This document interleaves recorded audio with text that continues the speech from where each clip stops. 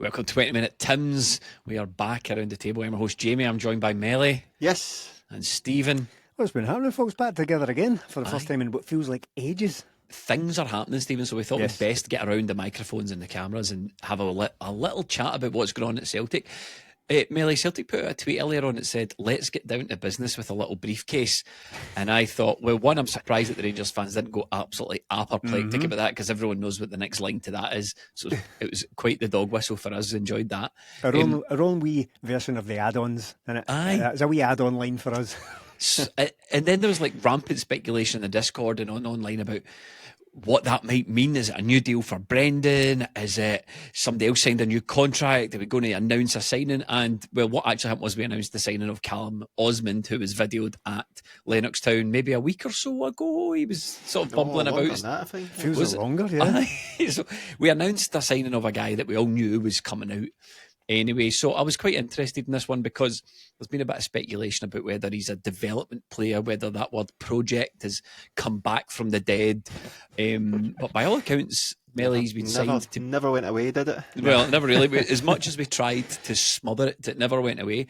You've scouted him, of course, Melly, with Alex from The Athletic. That podcast will be out later on in the week if you want to get the lowdown on Callum Osmond. But one thing's for sure, he hasn't been signed as a development player. As far as we understand it, he's been signed to go directly into the Celtic first team. It looks like it. We've had a good relationship with Fulham in that we've got a lot of good players from them. But with this one, it's a guy that hasn't played a minute of a senior start in football, and not even so much as a loan. That's the kind of critical thing. He's 20. Yeah, he'll be. Is he 20 now, or will he be 20 in a couple of weeks? But either way, depends on when you listen to this. I think he is 20, just for tidiness there. I'm fairly sure he's 20. Yeah, that's a old age for a footballer not to make his professional debut, isn't it? So maybe it's one of those ones. But for me, I'm looking at it going, right, if he comes in, and I'm a bit confused by it because he's a guy that's not played a lot of football. He's played reserve and B team, the equivalent there. But if he's coming to Celtic, is he coming in to be our second choice or our third choice? If it's third choice, what's the point? Because you're not going to develop by not playing football. But if it's the second choice, I'm not really happy with the signing because I don't think it's what Celtic should be going for. So it's going to be interesting to see how it pans out. There's possibility that he might play off the left, but even still, I'm not too sure on where he's going to fit in, and I'm very wary of Celtic and the business they're doing right now. I'm hopeful that this is just get these guys in because we can, and the big stuff will be coming. But with this one, I can't really get excited about it. Stephen. Well, yeah, I totally get that. I think when something like this appears out of seemingly nowhere, then I think it's right, and I think it's natural, and I think it's healthy to be, fairly, at least partially sceptical of what Celtic are doing, right? But the trouble is, quite often in transfer windows, it's stuff like this that happens up front, and maybe sort of bigger business will happen towards the end, but we don't know about that just now. We can only really respond to what actually is happening. I think with the scars, the battle scars that we've got of Celtic's transfer windows over the past decades now of following Celtic, I think it is only natural that you respond to it in a way that's a little bit underwhelmed, because you look at the makeup of the squad, and this is before we've lost anyone, it really does look like if something will come on to Japanese striker Yamada linked as well, if it really is that's your lot up front. And is that slightly underwhelming? I think if we're looking for the replacement for Kyogo to come, if it does come in the form of Callum Osmond and Shin Yamada, it's not really all that exciting. And no, again, full cards on the table here. There are a number of ways, 3 ways to respond to transfers of this nature. Right? I was going to say 2, but there's actually 3. There's a secret one. I'll let you in on the last one. One, you can just assume that everything Celtic do is shite, and therefore they deserve all the scorn poured on them. It's penny pinching from the boards, biscuit tin mentality, right? Number 2, there's the appropriate finger for that one. Number 2 is you could be probably excessively defensive of everything Celtic doing, and just imagine that they've got it absolutely right, and this is the way to go. Everything Celtic do is brilliant. Now here's number 3. and this is the secret one, so keep us under your hats, right? I'm going to let you in on this. Gather round. You can just say, I don't know anything about this guy, right? You can sort of keep your powder dry until they actually play. That's the underrated one. That's the underutilized one. It's generally one of two. I'm kind of definitely I'm fully in camp 3 at the moment. I'm excited to find out more about the guy, and that will come when we get our scouting stuff out and all that. But on the surface of things, it doesn't really seem like this massive push that has always been promised under Brendan Rodgers. Since he came back, we've all expected this massive push towards becoming a fully established Champions League club. I'm not really sure the sort of mood music around Celtic just now suggests that. For now, again, I retain the possibility that it will happen towards the end of the window. But at this moment, it's a little bit kind of meh, really. So it's the profile that confuses me, if I'm honest. Yeah. I know Celtic called him a highly rated young striker. It might be like I'm encouraged by the fact that we've always had this dilemma about we can't keep our best young players. What do we do? So how do we fill that gap? Well, we go and get other teams' best young players. Yeah. Apparently, that's how we need to fill that gap. I'm just really skeptical about. Maybe we've landed a real clutch here. Maybe we've pulled one out the bag with Callum Osmond, but it's as you guys have touched on, it's the profile that confuses me. He's quite old for a young player. He's quite old for not having played any, as you say, Stephen, any minutes at all for Fulham or on loan. He is a very inexperienced player for his age. If that's what you mean, like as inexperienced as it gets, really. I think what could completely change this, or what would have completely changed this, is had we been linked with the exact same player, exact same profile, exact same, all the kind of noises are that he's mobile, fast, good presser, can play off the left. If all of that had happened, plus he'd had a loan at, let's say, Preston North End, where he scored 12 goals last season or something like that, then would be a lot more excited about it. But that just hasn't happened, so there isn't that thing to hold on to. So it's quite a tricky one for me to see where he fits in the grand scheme of things. And then on Celtic's overall transfer sort of policy that we're looking at this season, I know everyone's a bit touchy about it. People can be very touchy about Celtic's transfers, and rightly so. It's been a point of contention for the last couple of seasons, especially under Brendan Rodgers. We've never seemed to get that area of the football club motoring. It's never seemed to run smoothly. But what I have sort of noticed is there seems to be sort of two connected but almost independent transfer paths for Celtic, the way we bring players in. There seems to be these players that the club have maybe scouted on a list for a while and had their eye on, and they tend to come in earlier in the window.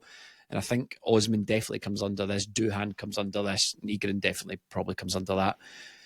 And those guys arrive early, and then the sort of bigger, more expensive, more established players arrive later on in the window. And I think, just my own speculation, I think what that is you've got the club signings, as in the club run as a business, and Brendan Rodgers obviously has the sign off on everyone, but the club have scouted and identified these players across various, through scouts or agents or whatever.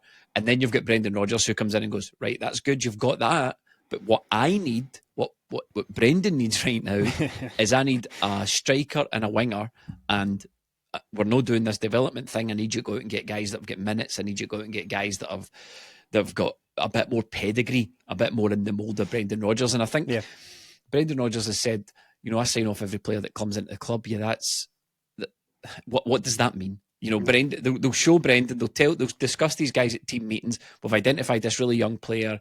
He's at Fulham. The scouts have got positive glowing reports. Here's some video footage. What do you think? And Brendan might just say, I can work with him. Yeah, bring him up. I'll see how I can get on with him. That's very, very different to Brendan going into the office and saying, get me this guy. This is the guy I need to make the team tick. Plus, those are just words. See, when Brendan Rodgers says, I sign off on all the players, or even if he doesn't literally say that sentence, he confirms by way of agreement that he signs off on the players. If he's asked the question, he'll say, yeah, I sign off on all the players, etc. There's many ways to happen. So those are that's just management speak. What is more telling is the actions that come from that, because quite often the theory, i.e. the words, is very different to the reality. So he might sign off on all the players, but what happens, particularly in the case, and I've made this case so many times, but it's pertinent now to this conversation, Lagerbielke and Nawrocki were given up on within a month or something like that of signing them. So he might have said, bring them in. But what follows is him having made up his mind that those guys are absolutely no use to me. We've had so many, it's barely worth even making the point again. But that transfer window we're talking about a couple of years ago now, your Holmes, your Kwons and all that, right? He might have just ticked the box. He might have signed his name at the bottom, but he hasn't used any of these players whatsoever. And it might just be the case, it might just be it's someone else's job. Yeah. Brendan goes, I need you to get me a pacey winger with these attributes, and they come back and they go, here's the 4 guys, we think this is the best guy and we can get him in next month. And Brendan goes, brilliant, great job, go get him. And then when Brendan starts working with him, he goes, this isn't the guy. This isn't what you promised me. This isn't what I asked for. You've went out and spent the money. But that's sort of how I feel about Celtic's overall transfer situation. I think there's definitely a 2-tier system, and I think later on in the window we'll expect to see bigger and more established names. That being said, being a wee bit unfair to Nigrin there. He's definitely an established footballer. He's an international player, and he's played a lot of football over the course of many years. So he's definitely established. Just because he was cheap doesn't necessarily mean he's one of these development or project players. How do you feel about our upfront options, though, Stephen? Sorry. Sorry. Just a final thing before we move on from the sort of overarching policy and all that. What we're doing here, there is a slight worry now. This isn't set in stone. There's nothing factual about this, but I do start to worry about how many players Celtic are signing without really making that much of an overall impact in the squad. Because looking back over the last decade, since Brendan Rodgers was at the club the first time, maybe even just going slightly before that, I'd be amazed if Celtic have signed more than 8 or 9 players in any given summer window, more than a couple of times. I think the outlier will probably be Ange's first season, because we literally didn't have a squad and we had to sign about 12 or 13 players. But in general, what Celtic do is they sign 8, 9, 10 maximum. And while there's nothing that suggests they can't go over that, they just rarely do. And I'm looking at it just now and I'm like, well, we've got Kieran Tierney, brilliant, superb upgrade. We've got Doohan. We've got Nigrin. We've got who else have we got? Osmond, and then potentially, imminently 2 Japanese players. So we're 6 into this usual. Do you think that's what they're trying to do? Do you think they're trying to get all the crap in the door before Brendan comes back his holidays, and then when Brendan actually wants them, sorry, mate, we're out of cash here. The reason this is a problem is because they'll not get rid of him to get, apart from Greg Taylor, who we knew was leaving months ago. So it becomes a logistical difficulty. At one point, we've taken far too many players, and I'm going to come to that. I'm going to come to the state of the squad, because it is also starting to worry me a wee bit. What you say about a numbers game is quite right. You know, Celtic have, by the end of the week, could have potentially brought in 4 or 5 players already into an already bloated squad. And you wonder how many of them the manager's actually going to play, Melly, because when you look at where Osmond comes into, our striking options as it stands are Ida and Johnny Kenny and Osmond. And yes, we have Daizen who can play out there, but it's pretty much established by now that Daizen's really a winger. Brendan prefers him out there, especially with the injury to Jota. Yeah, he needs those wing options. That's before we even have the conversation about Daizen exiting the club, as many of us pretty much expect. So having a look, if you think the Johnny Kenny, the Ida and the Osmond, is that good enough? Does Brendan need another striker in there? I would say so. Looking at he did say again, 3 players without MD going out. So Tierney and Greg Taylor, they switch about. So he wanted 3 players. We're already nearly over that. So who are these players? Because again, if we go by Brendan's words, all he talks about is pace and power. These guys don't look like that. Nigrin doesn't look like the type of winger that he's looking for, somebody with pace. For all we can have a go at Nicholas Kuhn and his faults. You've seen what pace can do in the Champions League. Like he scored 3 goals in the Champions League at least, and gave teams a torrid time because he's got that. And maybe he's taking the number 8, so he might not play there, but even still, you're just looking at it, is that guy going to offer us power in midfield then? And I'm not sure, looking at these guys, where they're going to fit in, because I'm looking at it again, and I spoke about it at the end of the season. We can't have another window where we don't bring at least 2-3 players that go into the starting lineup and stay there, because we're going to the well with the same players consistently every year. But we're selling one of those players, and then the guys that come in aren't as good. So we can't go around around there again and have to ask Carter Vickers, Callum McGregor, Daizen, Maeda to go again when we've got rid of guys like Kyogo, never replaced them. And if Osmond's a replacement for Kyogo, we're going to be in trouble. But I just look at it again and I think you've spoke about this before, Jamie, I'm very sceptical of where Celtic are getting these players from. We've already got players that we need rid of. Yes, in the past we might have said about these guys, look, low risk signing. Osmond's a low risk signing. Nigrin's a low risk signing. But we've got about 10 of them in the squad. So if 8 or 9 of them don't work out, either low risk, but 10 of them isn't low risk because that's about 20 million, 30 million. Plus they're on 4 or 5 year contracts that are going to be difficult for MD else to pay. So I'm very sceptical about this, and I'm this left-sided centre half as well. I'm just like, I want somebody to come in and be better than Trustane Scales, and I just don't see this guy being it. So we were always moaning about the 2 million signings. We're now signing guys at 1.5 million, and I'm just not happy with it at all. Stephen, the squad, the depth, and rather the depth of quality in the squad is starting to worry me a wee bit. We've getting a lot of players coming in as we see. None of them are immediate improvements in what we've already got, and I do worry a little bit that this like I say this, we're recording this it's not even July yet, so there's plenty of time in the window. Contracts aren't even up yet. I think it's the last day of everyone's contract today or tomorrow, so we're only dealing with the situation as it is, and I do expect things to get motoring with Celtic over the next couple of weeks. But we are sort of, as you look across the squad, there's a lot of players there that need to sort of find new clubs, home and Palma and Lagerbielka, loads, as you say, there's 10 or maybe a dozen players that you want to see move out. That's a pressing issue as well.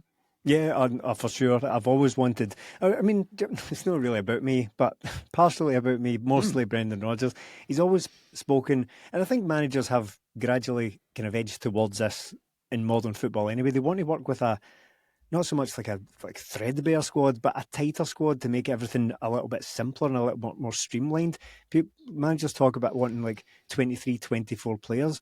I think there have been times over the last couple of seasons where if you count ours, we're up over 30 like first team squad members.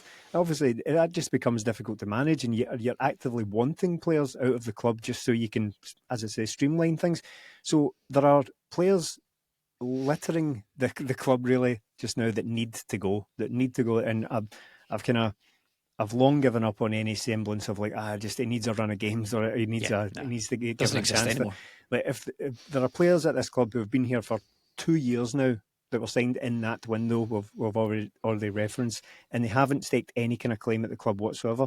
So we need rid of players immediately for a number of reasons, not least the fact that we need to make room for reinforcements and not just collecting players like that we have done in the past. We need to be making like proper quality signings, and that just on the surface of things, that can't really happen until we make space for them. You hear a lot about clubs who need to sell before they can buy. It might not necessarily be a financial thing, it might just be a practical thing. We can't bring any more players to this club. Well, lockers left in there, lads.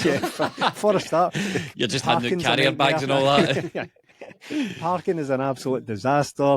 The energy bills are going through the roof. So yeah, we need to get rid of these players. It's just a sharing spoons and forks and all that in the canteen because there's not enough. It's just an absolute fact of squad management that we need rid of deadwood, and we've got a lot of it around at the moment. And not all of it is completely without value. You might be able to find a club that will want a Gustav Lagerbielka or a Mike Nawrocki or an Odin Holm or a Lewis Palmer. I'm not talking about raking in untold millions for these players, but surely there must be some sort of demand for these players somewhere in Europe. So I hope that begins. Again, this is very, very early days at the moment, but I hope that begins in earnest pretty soon, because it would just be nice to see that Celtic basically, they're not just taking the summer off and they're working on these things. I think because now that close season is over now, as of this week. The squad are back in training, everyone's back their holidays. Don't think KT's in training yet. Celtic have got their first game of pre-season on Friday at the end of the week against Queen's Park. Some new bodies. I think now things are really going to start to pick up for us. You said so foolish, Jamie. So foolish. Listen, there's two ways you can decide to be optimistic about it, or you decide to be a stick in the mud about it. And I'm just deciding to be optimistic. That's basically how it goes. Hayoto Inamura, Melly, is the left-sided centre back that we have been linked with in the Japanese press. His club, they do this, they're so transparent about transfers in Japan. It's like not some mad mystical sort of rumour-filled, riddle-filled clickbait machine. What basically happens is the Japanese press will go, Celtic have put in a bid for Inamura, and then that's true. And then his club even tweeted out, Inamura's going for a medical at overseas. Once an official decision is made, we'll let you know. They didn't name the club, but it's obviously us. So you kind of can track these Japanese transfers pretty easily, Stephen. Osmond, I'll tell you why I'm positive about Osmond. He's came from a decent club. He's come from a decent academy. Mm-hmm. He scored a decent amount of goals in Premier League 2, which is fine. And he's come in as a young striker for us. Is he an improvement in Johnny Kenny? On the face of it, he already appears to be. Based on his pedigree. So I'm happy to give him some time.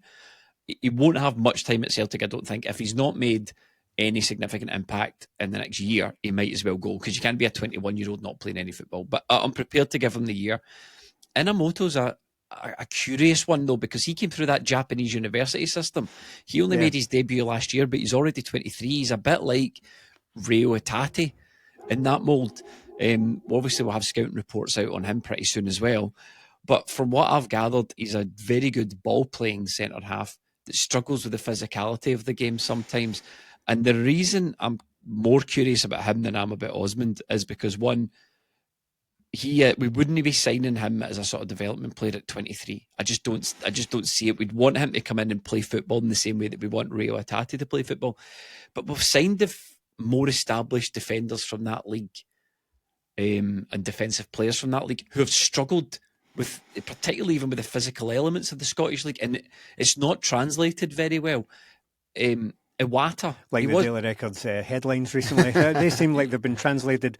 That way, if you put something from English into Japanese and then back again, it comes back as some sort of indecipherable it's all stuff nonsense. Like Celtic FC splurge. Winked at Celtic FC splurge winked at as fans await decider on Ukrainian international Barry Ferguson ? You're like, what?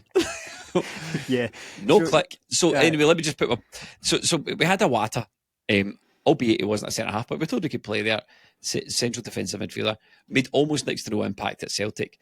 And then we had, I've forgotten his name, Kobayashi, who was a left-sided centre-half, signed with Ange's approval, with knowledge of that league, next to no impact.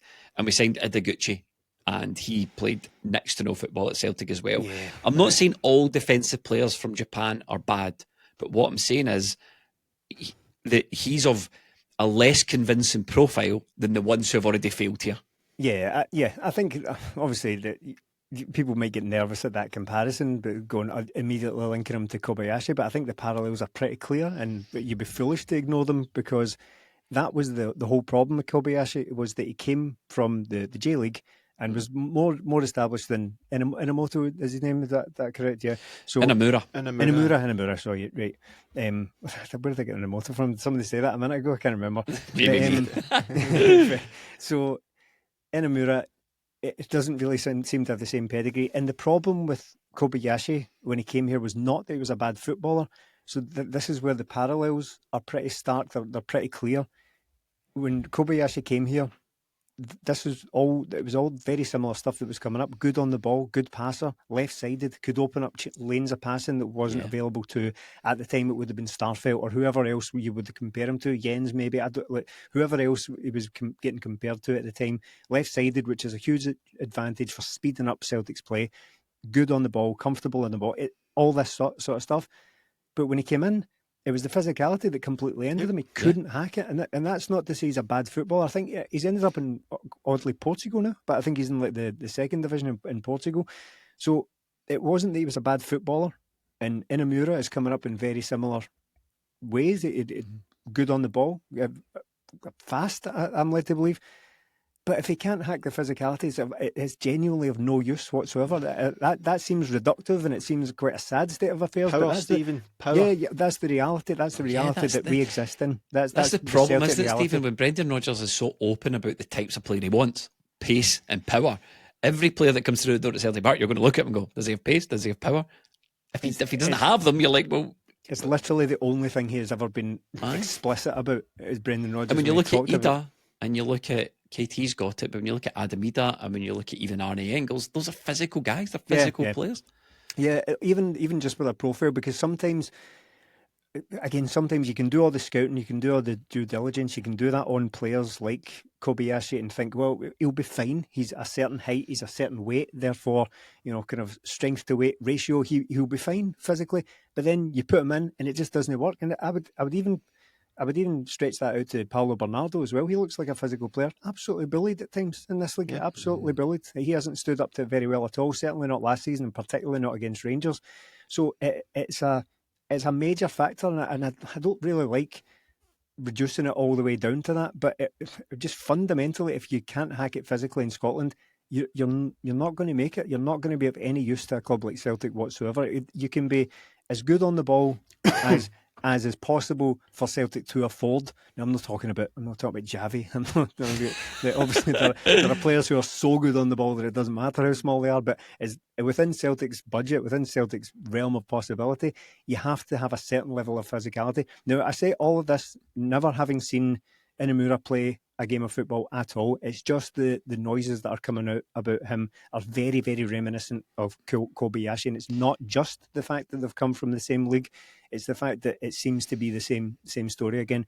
Now, that again doesn't mean that he is destined without fail to go down the same road as Kobayashi. It's just a little bit of an alarming comparison, a little bit of an alarming parallel that's shown up straight away. So it's not without caveats and sort of disclaimers and warning signs, this signing, but you just need to see how he gets on. You're not literally, in the case of Kobayashi, you're not going to know until he's actually in there. You're not going to know if he can hack the physicality until you actually put him up against it. So it remains to be seen on this occasion. And Melly, I'll come to you for your thoughts in a second, but it's another area of the pitch, isn't it, Melly, that we're really... We've got so many centre halves. I mean, I'm not saying this is the reality forever, but we're obviously going to lose some. Lagerbielke's linked with Braga. I think he wants to go. Stephen Welsh has been linked numerous times with clubs away. Nawrocki's linked with clubs away. So even Trusty's been linked with clubs away. So we're going to lose players. Did you see Fab making a beans of it, by the way? I did. His announcement of Lagerbielke. Who did you say the club was linked with? Braga. So Braga are the buying club. They had offered FC20 £2 million to do a deal with Lagerbielke, and it was just full of comments saying, that's a strange deal, Romano, because Celtic actually own the guy. You've made a complete arse of this. That's why you always said, Stephen, Morano's the man to follow. So Morano, what a 20-minute Tim's deep cut from a couple of seasons ago. And I just misspoke about 2 years ago, and it stuck with me because I get bullied at my work. Melly. Again, like Stephen, I'm just worried about the profile because the manager's saying one thing and we're coming up with another thing for him. The left-sided centre halves we've got, Scales and Trusty. I don't trust either of them, so I would want somebody to come in and just take their place straight away. And I don't see this guy doing that, and I don't see as well if he's not the man to come in, where's he going to play football? Because you've got two guys who we know can deal with that side of the game but have flaws elsewhere. And even Trusty sometimes coming from a physical league has struggled in Scotland. So I just don't see where the joined up thinking is here. This could be another guy just another one of these players that we're going to have on the books for another 4 years and loan out in a couple of months. Is it maybe a case? Let me just try and make the positive case here, because we have been a bit down on the last couple of minutes. Is it maybe a tactical thing? 28 of them. Is it maybe a tactical thing here? Could we be looking at it going, right, we're playing most of the time with the ball. We've got the ball the majority of the time. So if we're ever in a situation where the ball needs to be recycled quickly, we need those, as people have spoken about numerous times, those passing lanes to the left opened up. We need to get someone at the back that can pass. But one of the complaints about Celtic last season and the season before was the centre-backs are just on the ball too much. Yeah. The side to side to side, the ball must go forward became my catchphrase when Celtic got boring. So is it just a case of that? You know, we're focusing too much on what the guy doesn't have. He might struggle with the physicality of it. The upside is we're going to have a centre half in there who can actually pass the ball, who's capable of pinging passes, who can find those wing players maybe in behind, and he adds that sort of pace element, not physical pace, but pace of the game, the ability to move the ball a lot quicker than we're looking at just now. Because another thing that Liam Scales is probably the opposite side of that, isn't he? Liam Scales has got the physicality, he throws himself into challenges, he deals with that side of the game, but when it comes to the tactical and the passing, that's where he falls off. So is it maybe looking at those other elements of the game and saying, right, we've got Carter Vickers there, he's physical, Kieran Tierney's physical, AJ is physical, a ball player in there might not be the worst thing. I think that's all. Sorry to jump in there. I've got a specific point just on that. I think that's all definitely true, and you can't. Celtic can't go out and sign the perfect player, right? That's not possible. We're working within certain parameters and budgets, and we're trying to get the best value, bang for buck as possible. But it is the moments though that let these players down. It's the one-off moments that make you alarmed at the future. So if you take, for example, Mike Nawrocki, a lot of the we shouldn't be letting him go cases that are being made just now they're not without substance, because despite the fact that he's barely played, and I think people are going overboard in saying that he deserves another chance and all that, I do agree that he's never looked terrible. He's never looked like an absolute calamitous footballer.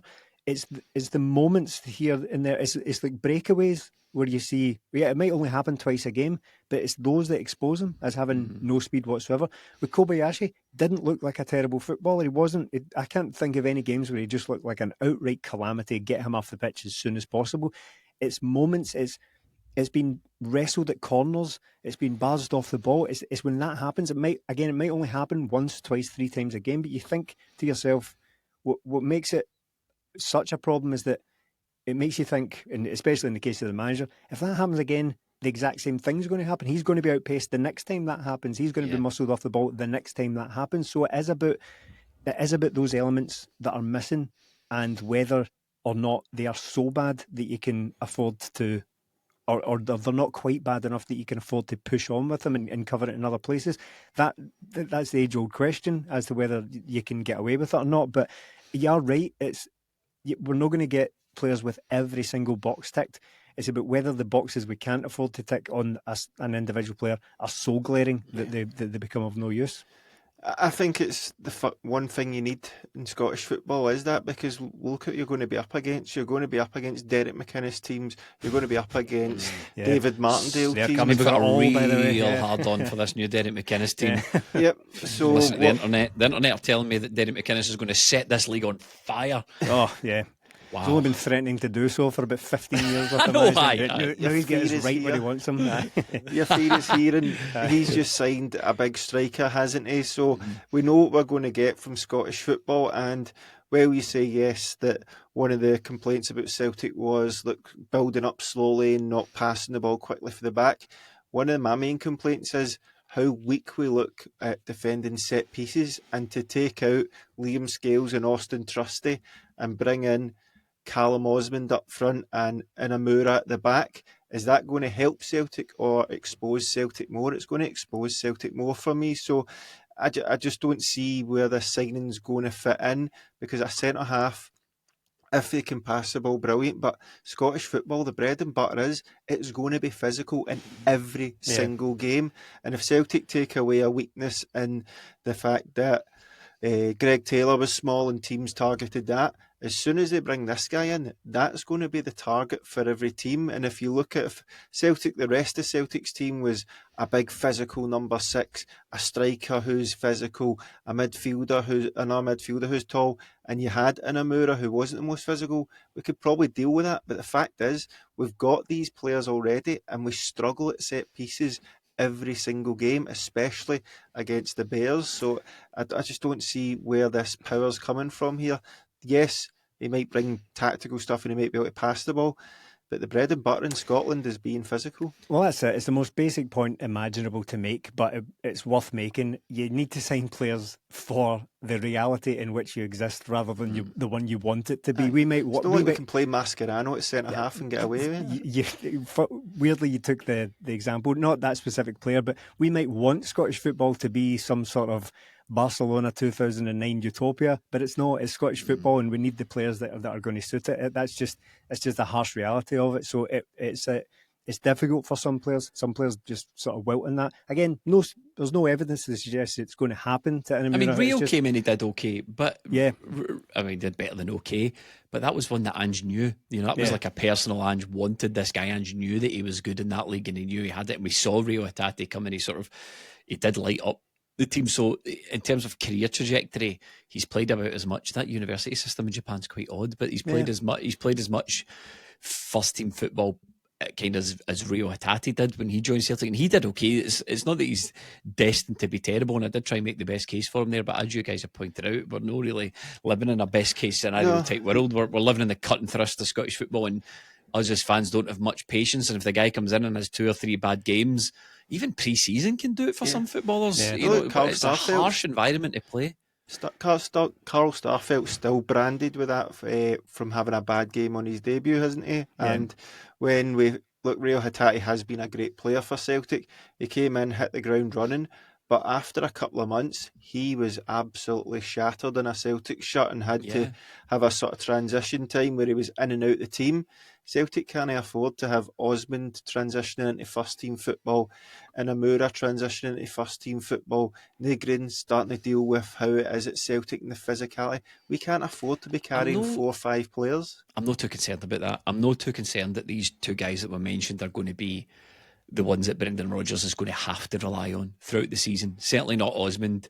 I know we're looking at another striker. I was frantically Googling there to make sure I had the correct one, because I'd sort of been having a wee look across the Japanese league to see if there was anyone else that it might have been, but it's Shin Yamada from Kawasaki Frontale.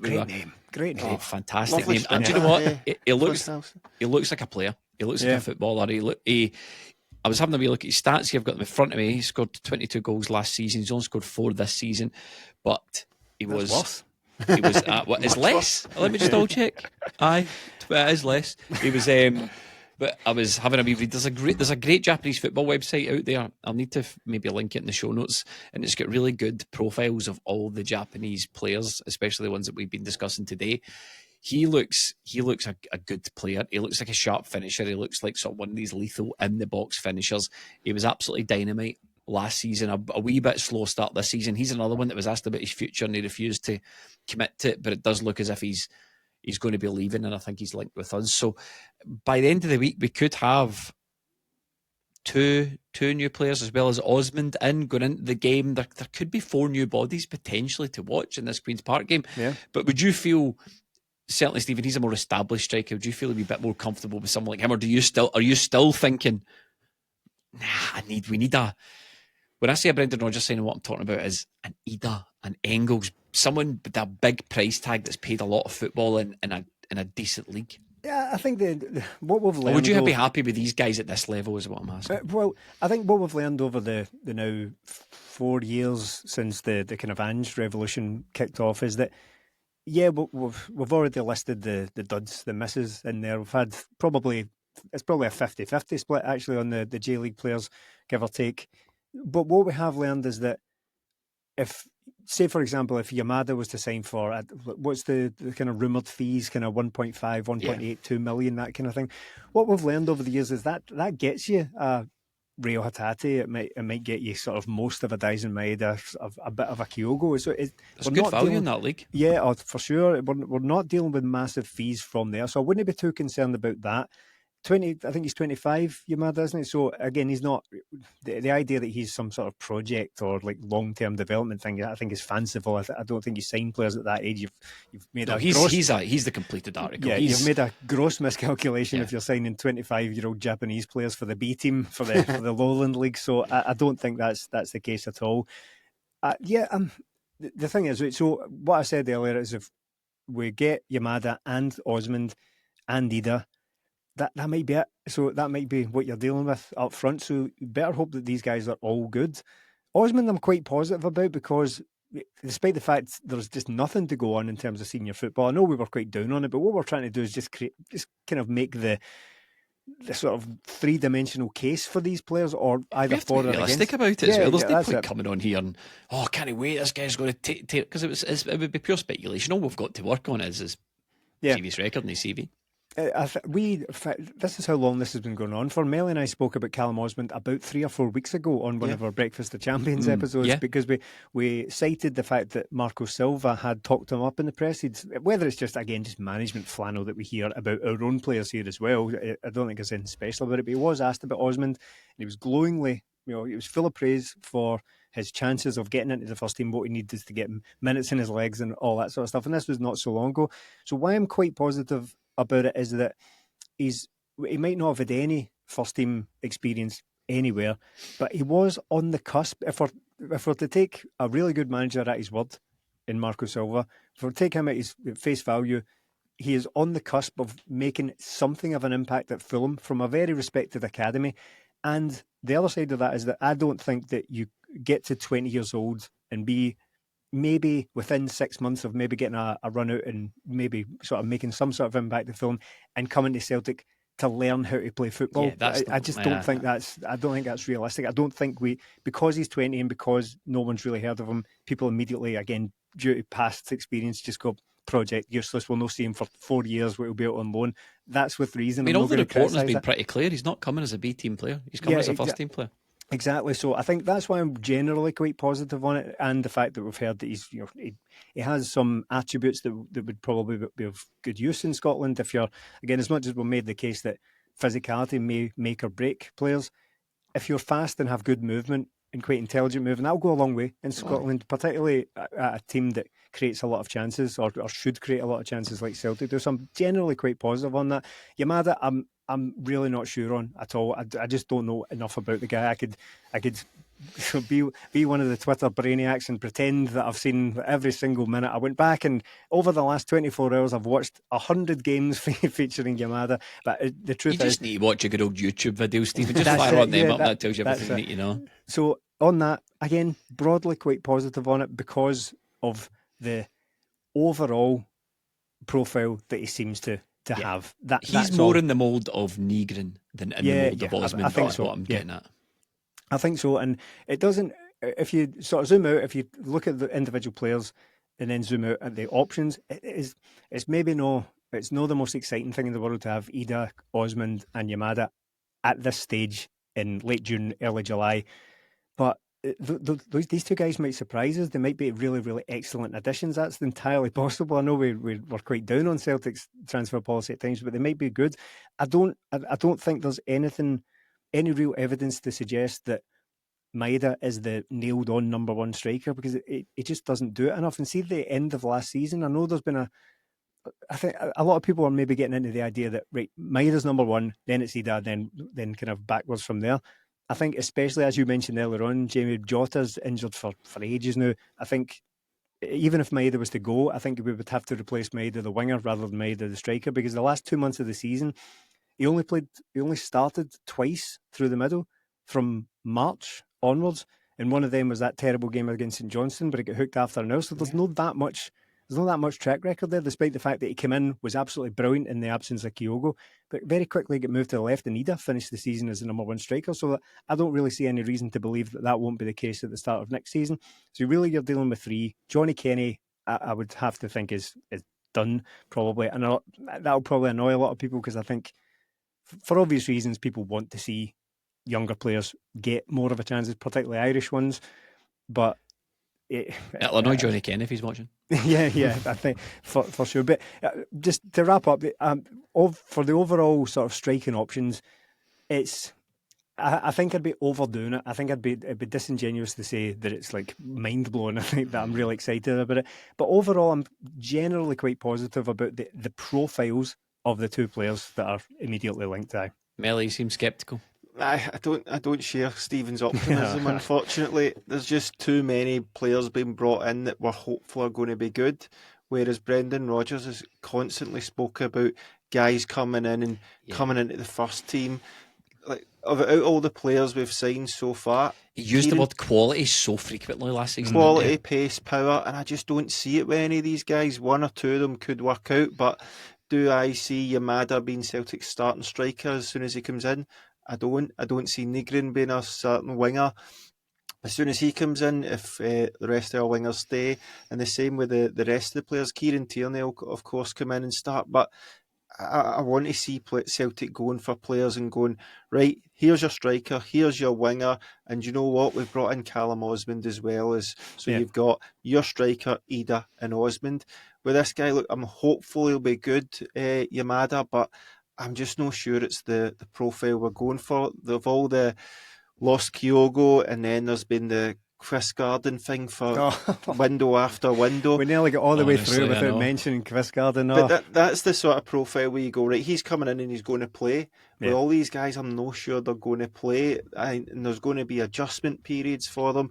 I need players to come in for Celtic and go straight into the team, and I don't see that. And again, with Yamada, he's at a good age and all that, but we're getting him, and it's not a lot of money. We got Kyogo for £4 million.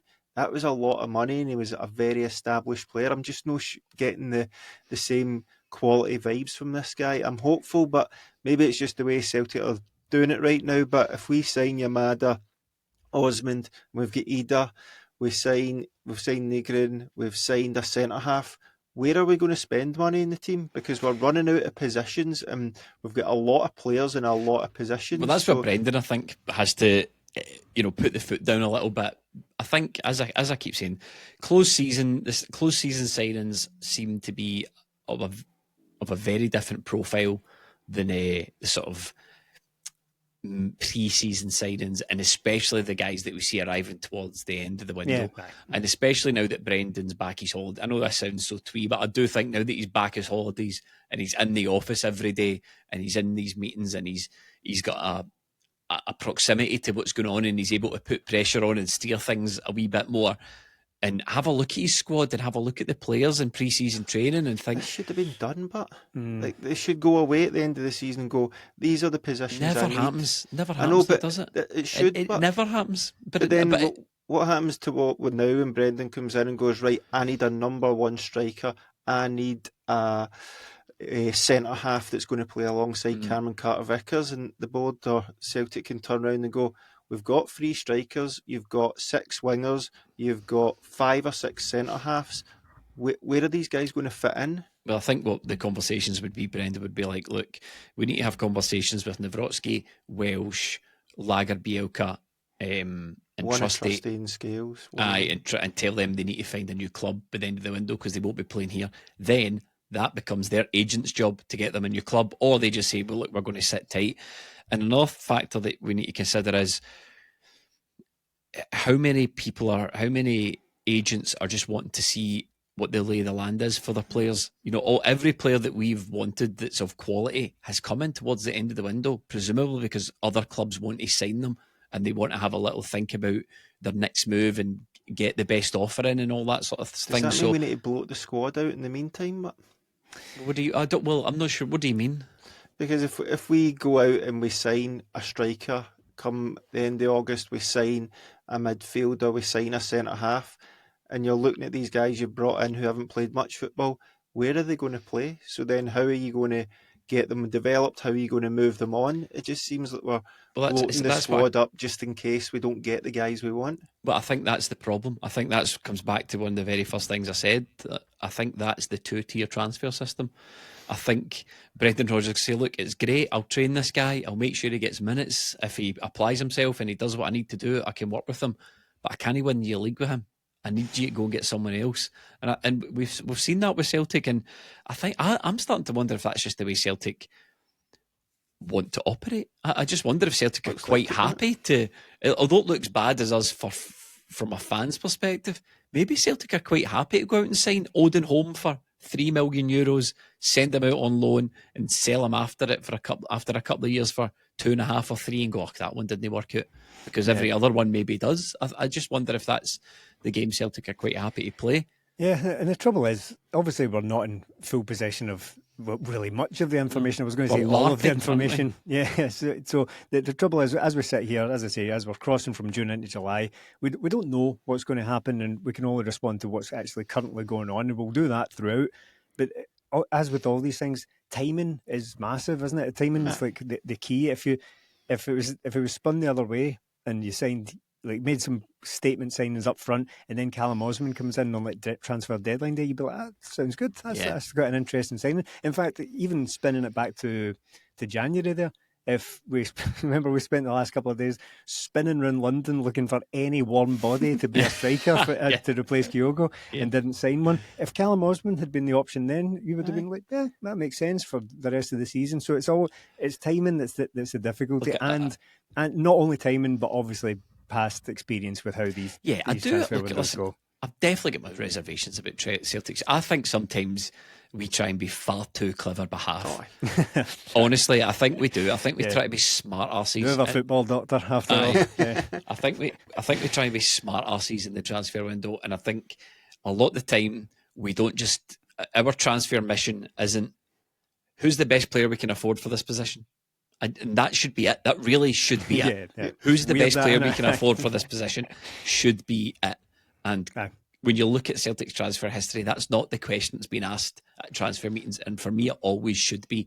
Yeah. So we'll see how it pans out. As I say, it's been an odd period of time because it has been the closed season. The Celtic are doing business early, and it's something we've always criticised them for. But it looks like they're getting bodies in early. Really looking forward to that first picture of KT back at training. That's what I'm waiting for. I'm waiting for the KT back at training footage. Just to make sure he's fit more than anything. It'd be nice to see that. But final thing on see if those are the striking options. And again, we don't know. It's only as it stands. So if the striking options are Maeda, Osmond and Yamada, that's a tough one for the January Camden FFS. We'll simply go out and get the number one targets in summer. Why overpay for potential duds just now? We're not going to be held to ransom. We'll get Chris Garden over the line in late May, and everything will be sorted.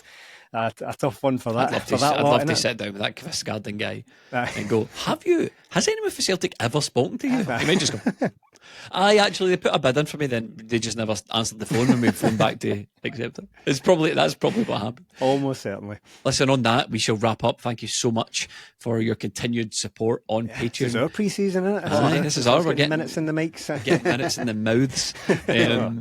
Look out for our season ticket offer up and coming on Patreon. You can sign up for a 20-minute Tim's Patreon season ticket, pay up front for a year, and you get a free month as well as some other goodies. We'll have some information on that in the coming weeks. Thank you again for supporting us, and we'll see you very, very soon.